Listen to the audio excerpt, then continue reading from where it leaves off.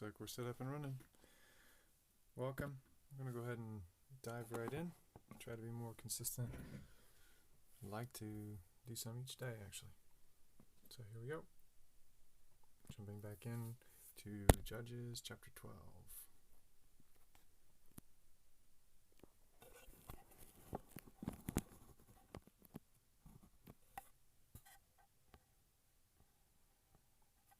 Check camera here.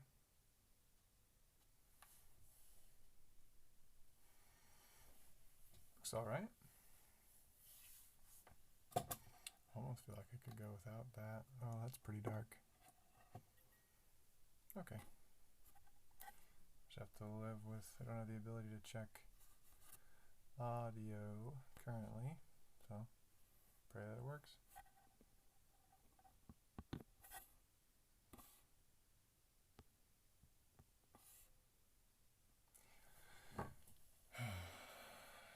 Judges chapter 12. The men of Ephraim were summoned, and they crossed to Zaphon and said to Jephthah, "Why did you cross over to fight against the sons of Ammon without calling us to go with you? We will burn your house down on you." Jephthah said to them, "I and my people were at great strife with the sons of Ammon. When I called you, you did not deliver me from their hand. When I saw that you would not deliver me, I took my life in my hands and crossed over against the sons of Ammon, and the Lord gave them into my hand. Why then have you come up to me this day to fight against me?" Then Jephthah gathered all the men of Gilead and fought Ephraim.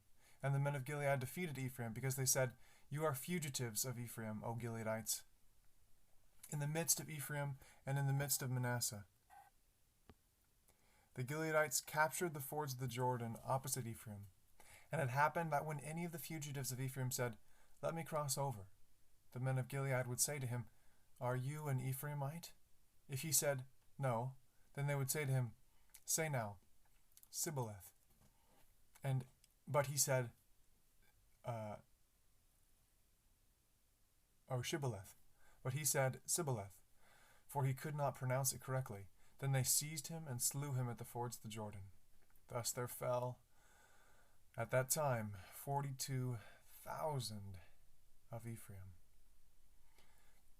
Jephthah judged the cities of Israel 6 years. And then Jephthah the Gileadite died, and was buried in one of the cities of Gilead. Now Ibzan of Bethlehem judged Israel after him. He had 30 sons and 30 daughters, whom he gave in marriage outside the family. And he brought in 30 daughters from outside for his sons, and he judged Israel 7 years. Then Ibzan died and was buried in Bethlehem. Now Elon the Zebulunite judged Israel after him, and he judged Israel 10 years. Then Elon the Zebulunite died, and he was buried at Ahijalon in the land of Zebulun. Now Abdon, the son of Hillel, the Pirathonite, judged Israel after him. He had 40 sons and 30 grandsons who rode on 70 donkeys, and he judged Israel 8 years. Then Abdon, the son of Hillel, the Pirathonite, died and was buried at Pirathon in the land of Ephraim, in the hill country of the Amalekites.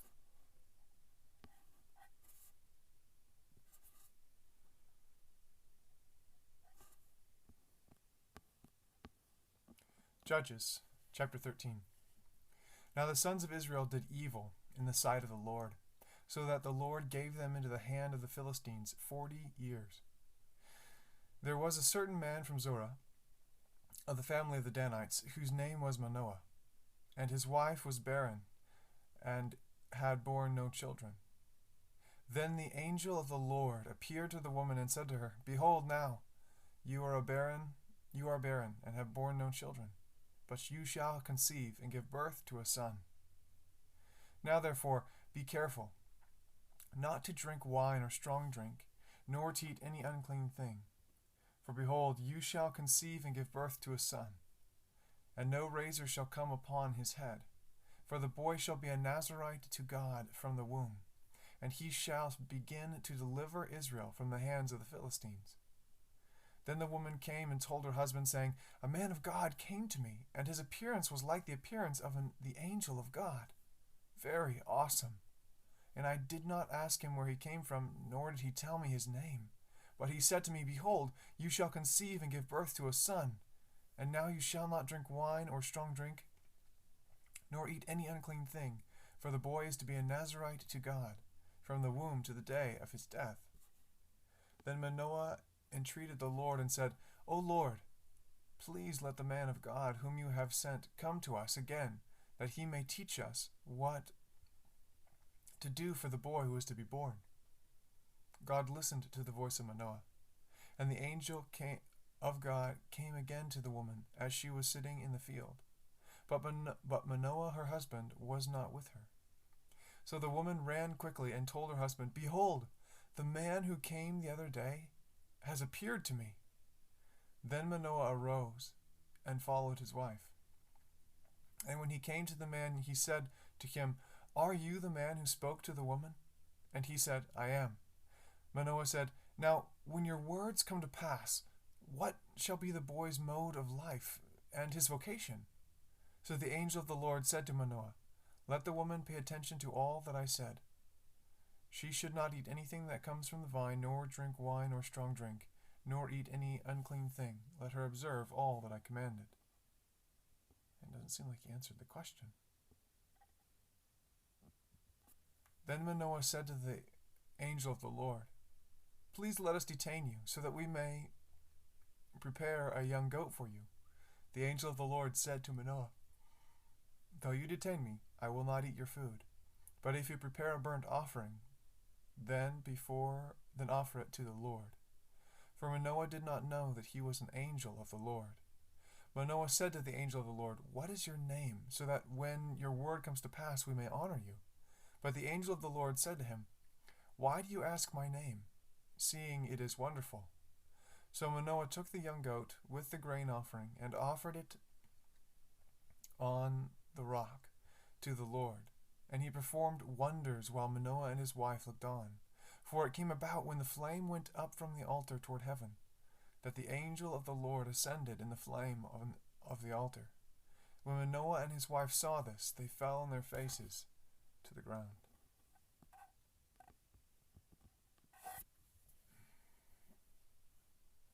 Even just reading is refining. This is good. Now the angel of the Lord did not appear to Manoah or his wife again. Then Manoah knew that he was the angel of the Lord. So Manoah said to his wife, "We will surely die, for we have seen God." But his wife said to him, "If the Lord had desired to kill us, he would not have accepted a burnt offering and a grain offering from our hands, nor would he have shown us all these things, nor would he have let us hear things that are like this at this time." Then the woman gave birth to a son and named him Samson. And the child grew up, and the Lord blessed him. And the Spirit of the Lord began to stir him in Mahaneh-dan, between Zorah and Eshtaol.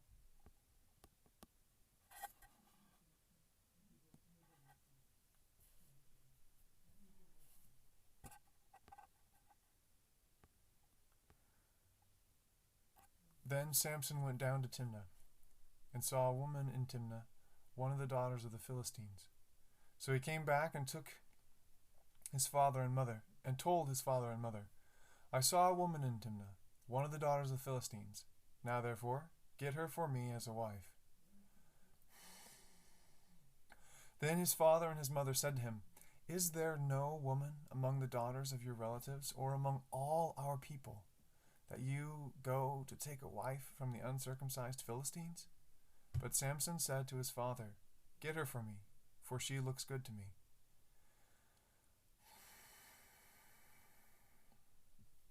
Not good. However, his father and mother did not know that it was of the Lord, for he was seeking an occasion against the Philistines.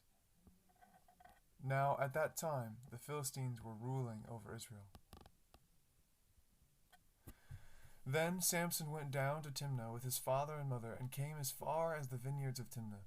And behold, a young lion came roaring toward him. The Spirit of the Lord came upon him mightily, so that he tore him as one tears a young goat, though he had nothing in his hand. But he did not tell his father or mother what he had done. So he went down and talked to the woman, and she looked good to Samson. When he returned later to take her, he turned aside to look at the carcass of the lion, and behold, a swarm of bees and honey were in the body of the lion. So he scraped the honey into his hands and went on, eating as he went. When he came to his father and mother, he gave some to them, and they ate it. But he did not tell them that he had scraped the honey out of the body of the lion.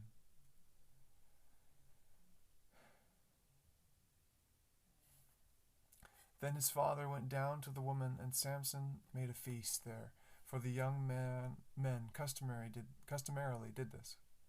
When they saw him, they brought 30 companions to be with him. Then Samson said to them, "Let me propound a riddle to you.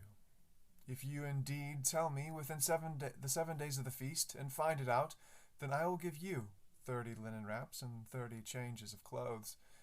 But if you are unable to tell me, then you shall give me 30 linen wraps and 30 changes of clothes."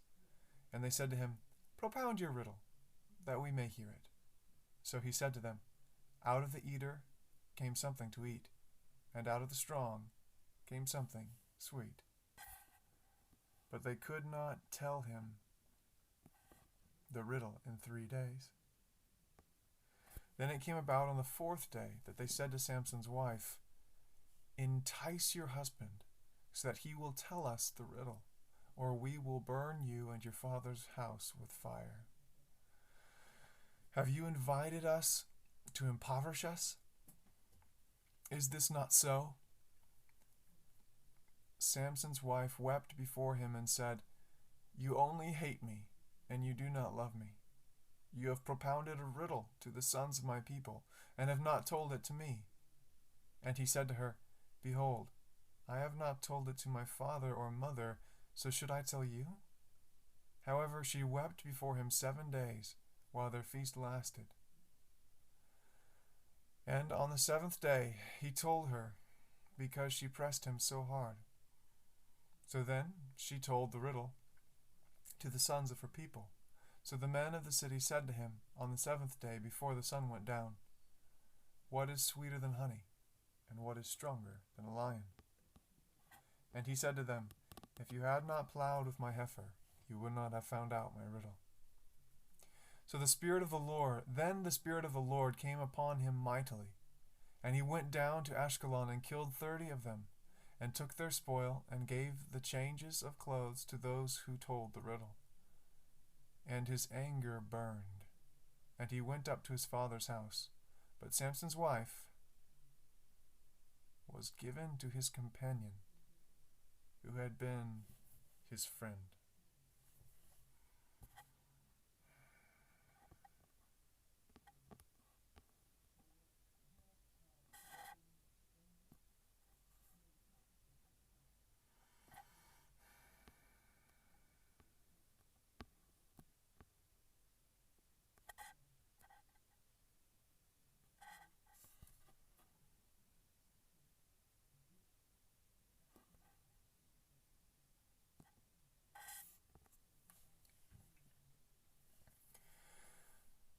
Judges chapter 15.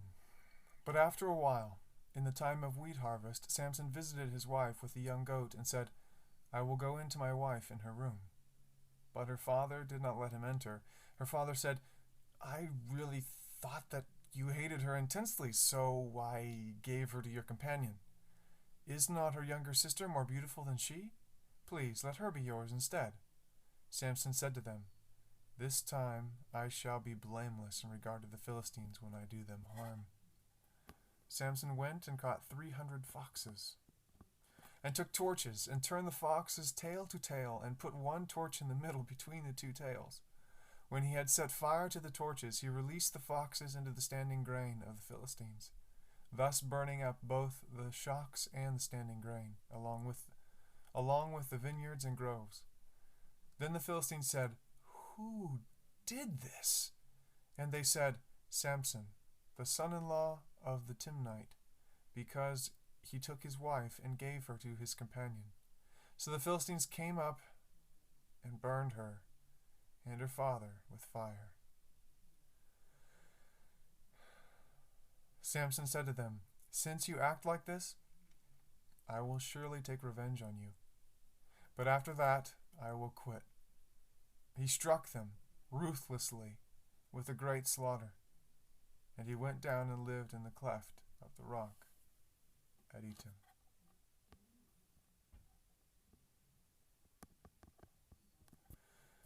Then the Philistines went up and camped in Judah and spread out in Lehi. The men of Judah said, "Why have you come up against us?" And they said, "We have come up to bind Samson in order to do to him as he did to us." Then 3,000 men of Judah went down to the cleft of the rock at Etam and said to Samson, "Do you know that the Philistines are rulers over us? What then is this that you have done to us?" And he said to them, "As they did to me, so I have done to them." They said to him, "We have come down to bind you, so that we may give you into the hands of the Philistines. And Samson said, "Swear to me that you will not kill me." So they said to him, "No, but we will bind you fast and give you into their hands. Yet surely we will not kill you." Then they bound him with 2 new ropes and brought him up from the rock.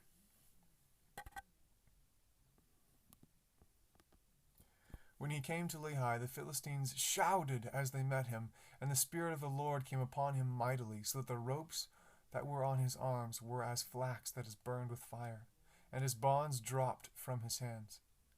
He found a fresh jawbone of a donkey, so he reached out and took it, and killed 1,000 men with it. Then Samson said, "With the jawbone of a donkey, heaps upon heaps, with the jawbone of a donkey, I have killed 1,000 men." When he had finished speaking, he threw the jawbone from his hand, and he named that place Ramoth Lehi. Then he became very thirsty, and he called to the Lord and said, "You have given this great deliverance by the hand of your servant. And now shall I die of thirst, and fall into the hands of the uncircumcised?" But God split the hollow place that is in Lehi, so that water came out of it. When he drank, his strength returned, and he revived. Therefore he named it En-Hakkore, which is in Lehi to this day. So he judged Israel 20 years in the days of the Philistines.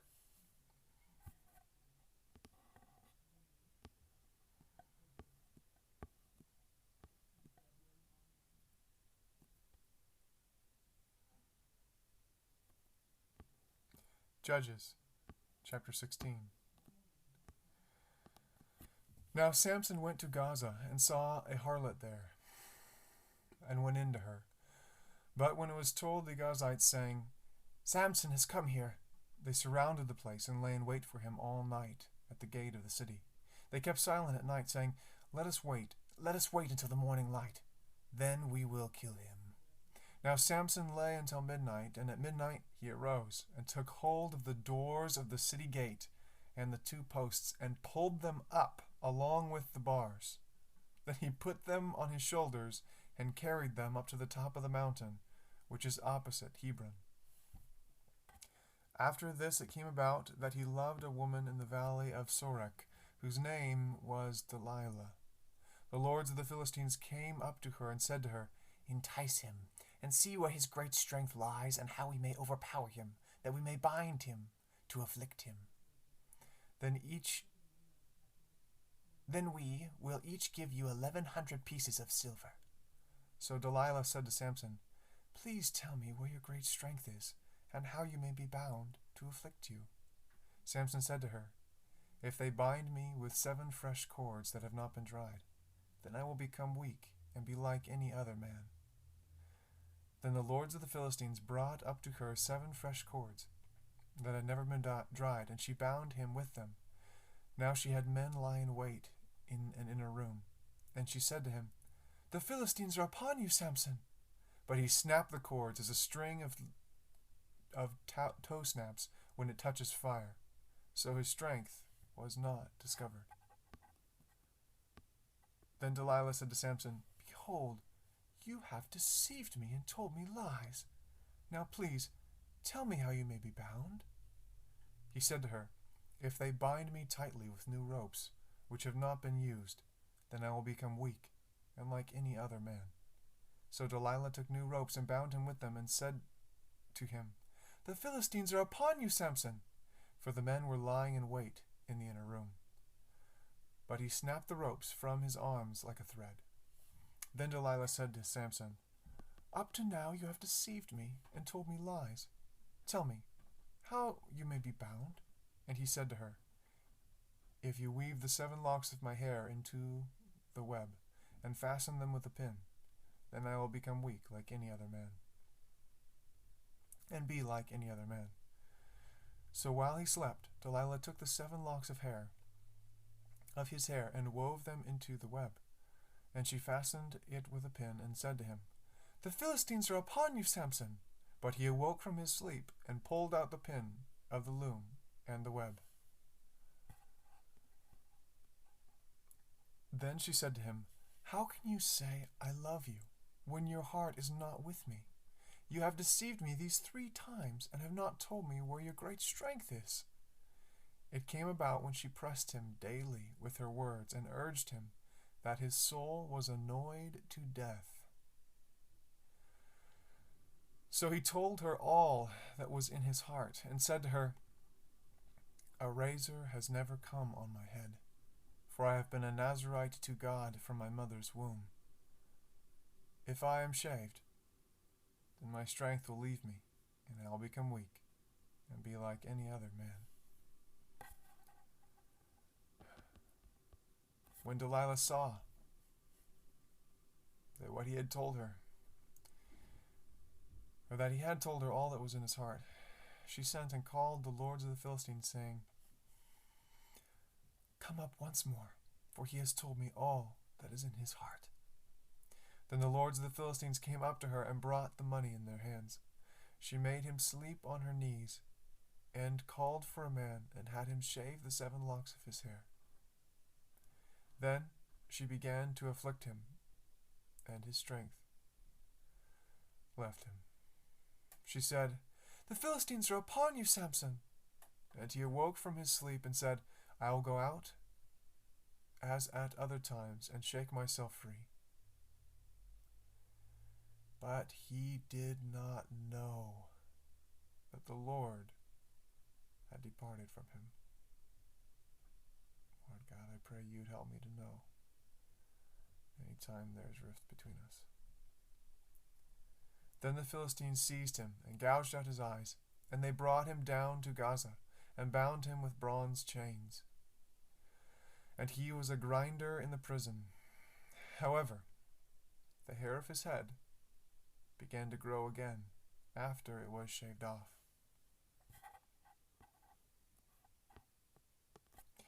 Now the lords of the Philistines assembled to offer a great sacrifice to Dagon their god, and to rejoice, for they said, "Our God has given Samson into our hands." When the people saw him, they praised their God, for they said, "Our God has given our enemy into our hands, even the destroyer of our country, who has slain many of us." So it so happened that when they were in high spirits, that they said, "Call for Samson, that he may amuse us." So they called for Samson from the prison, and he entertained them. And they made him stand between the pillars. Then Samson said to the boy who was holding his hand, "Let me feel the pillars on which the house rests, that I may lean against them." Now the house was full of men and women, and all the lords of the Philistines were there, and about 3,000 men and women were on the roof, looking on, while Samson was amusing them. Then Samson called to the Lord and said, "O Lord God, please remember me, and please strengthen me, just this time, O God, that I may at once be avenged of the Philistines for my 2 eyes." Samson grasped the two middle pillars on which the house rested, and braced himself against them, the one on his right hand and the other on his left, with his left. And Samson said, "Let me die with the Philistines." And he bent with all his might so that the house fell on the lords and all the people who were in it. So the dead whom he killed at his death were more than those whom he killed in his life. Then his brothers and all his father's household came down, took him, brought him up, and buried him between Zorah and Eshtaol, in the tomb of Manoah, his father. Thus he had judged Israel 20 years.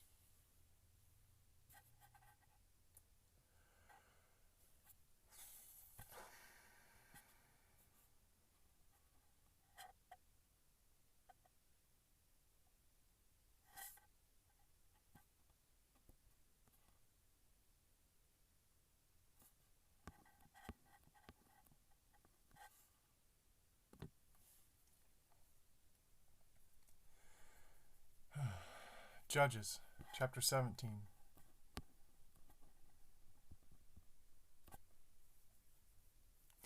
Now there was a man in the hill country of Ephraim, whose name was Micah.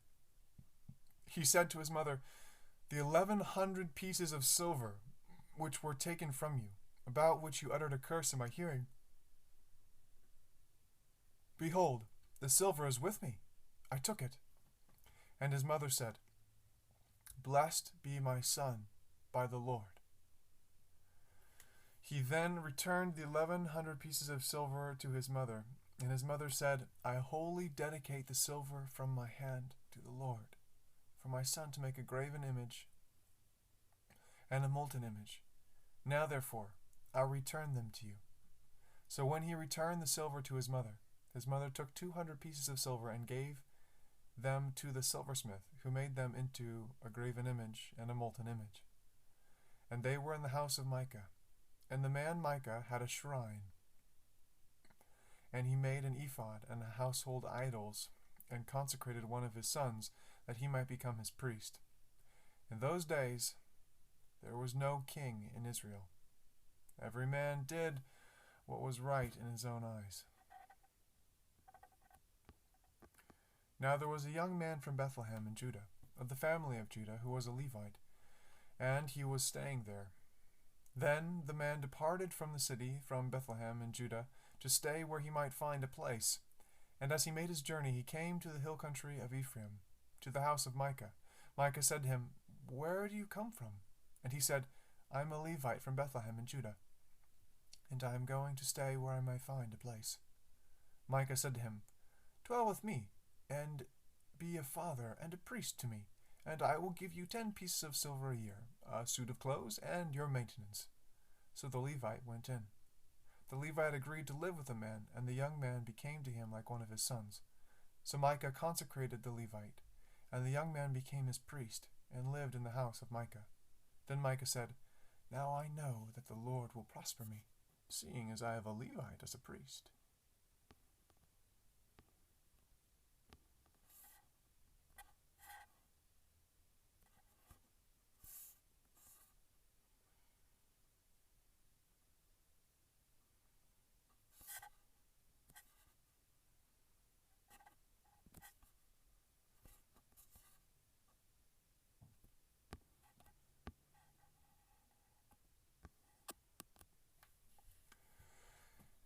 Judges, chapter 18. In those days there was no king in Israel. And in those days the tribe of the Danites was seeking an inheritance for themselves to live in, for until that day an inheritance had not been allotted to them, as a possession among the tribes of Israel. So the sons of Dan sent from their family 5 men out of their whole number, valiant men from Zoar and Eshtaol, to spy out the land and to search it. And they said to them, "Go, search the land." And they came to the hill country of Ephraim, to the house of Micah, and lodged there. When they were near the house of Micah, they recognized the voice of the young man, the Levite, and they turned aside there and said to him, "Who brought you here? And what are you doing in this place? And what do you have here? He said to them, Thus and so has Micah done to me, and he has hired me, and I have become his priest. They said to him, Inquire of God, please, that we may know whether our way on which we are going will be prosperous. The priest said to them, Go in peace. Your way in which you are going has the Lord's approval. Then the 5 men departed and came to Laish, and saw the people who were in it living in security, after the manner of the Sidonians, quiet and secure. For there was no ruler humiliating them for anything in the land, and they were far from the Sidonians, and had no dealings with anyone. When they came back to their brothers at Zorah and Eshtaol, their brother said to them, What do you report? They said, Arise, and let us go up against them, for we have seen the land, and behold, it is very good. And will you sit still? Do not delay to enter and to possess the land. When you enter, you will come to a secure place with a spacious land, for God has given it into your hand, a place where there is no lack of anything that is on the earth. Then from the family of the Danites, from Zorah and from Eshtaol, 600 men, armed with weapons of war, set out. They went up and camped at Kiriath-Jearim in Judah. Therefore they called that place Mahanadan to this day. Behold, it is west of Kiriath-Jearim. They passed from there to the hill country of Ephraim, and came to the house of Micah. Then the 5 men who went to spy out the country of Laish said to their kinsmen, Do you know that in these houses an ephod and a household idols and a graven image and a molten image? Now therefore, consider what you should do. They turned aside there and came to the house of the young man the Levite, to the house of Micah, and asked him for his welfare. The 600 men, armed with their weapons of war, who were of the sons of Dan, stood by the entrance of the gate. Now the 5 men who went to spy out the land went up and entered there, and took the graven image, and the ephod, and household idols, and the molten image, while the priest stood by the entrance of the gate with the 600 men armed with weapons of war. When they went into Micah's house, and took the graven image, the ephod, the household idols, and the molten image, the priest said to them, What are you doing? They said to him, Be silent, put your hand over your mouth, and come with us, and be to us a father and a priest. Is it better for you to be a priest to the house of one man, or to be the priest to a tribe and a family in Israel? The priest's heart was glad. So he took the ephod, and household idols, and the graven image, and went among the people. Then they turned and departed, and put the little ones and the livestock and the valuables in front of them. When they had gone some distance from the house of Micah, the men who were in the houses of Micah's house assembled and overtook the sons of Dan. They cried to the sons of Dan, who turned around and said to Micah, What is the matter with you, that you have assembled together? He said, You have taken away my gods which I made, and the priest, and have gone away. And what do I have besides? So how can you say to me, What is the matter with you? The sons of Dan said to him, Do not let your voice be heard among us, or else fierce men will fall upon you, and you will lose your life, and with the lives of your household. So the sons of Dan went on their way, and when Micah saw that they were too strong for him, he turned and went back to his house.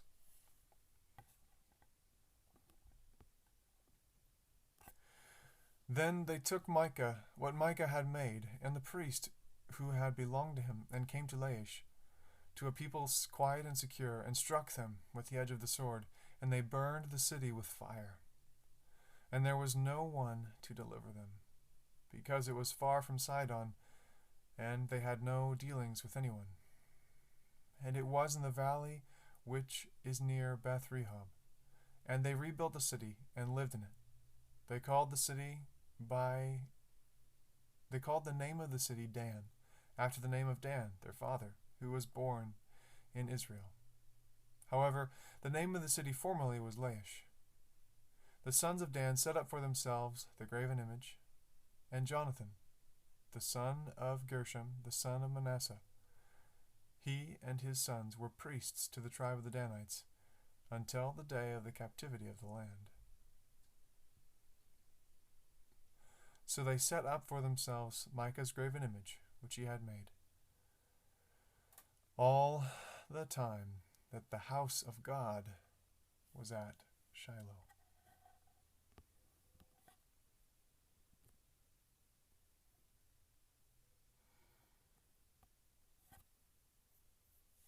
Well, thanks, friends, for joining me once again for a little Bible study. Adios, and Lord willing, see you again soon.